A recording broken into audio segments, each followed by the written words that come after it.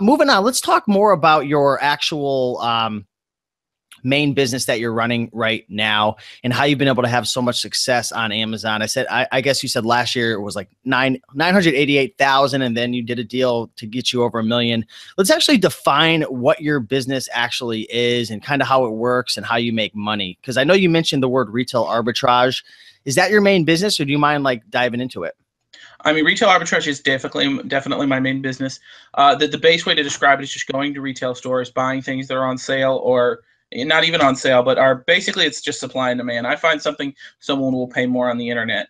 Now, a lot goes into that. I would say if you're buying something in a thrift store and selling it on eBay, it's the same concept. I'm just doing it with typically a big box retailer. So yeah, retail arbitrage in a nutshell is just finding deals and bringing them to the market. Amazon is a little special in that eBay, you can find a great deal on something, but you also have to figure out if you can market it well and get it sold. Whereas with Amazon, the catalog's there, the picture's there, the sales rank is there. So I can look at the data Amazon gives me, and I pretty much already know what I can sell something for or close to it. My money is made, or my skill level is made in the buying, how to stack the right coupons or gift cards or chase the right clearance deal. For example, I'm networked with another seller, and he called me recently about a unit, a deal that was very profitable. It was a seasonal item. And so I sent somebody down, and they hit 4 or 5 stores a couple hours. One of my employees spent all day on the road, and we'll probably make a couple thousand on that deal. But you never know what random store a deal will pop up in.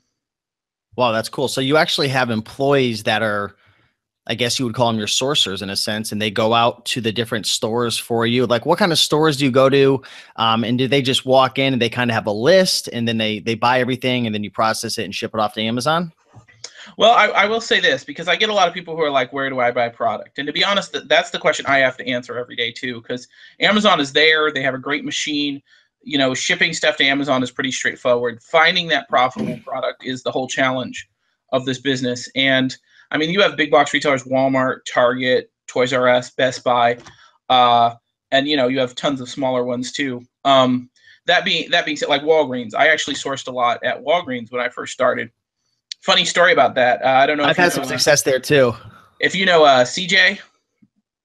Yeah, in the green room, right? Yeah. So CJ and I, we went yard selling in 2000. We went retailing and retail arbitraging early in my career once in Oklahoma. Is that a word? Is that a word, retail arbitraging? Because you got me on Lego. I need to know. To be honest with you, I'm not even sure retail arbitrage is a word, but I'm just taking it for granted. Chris Green made it up.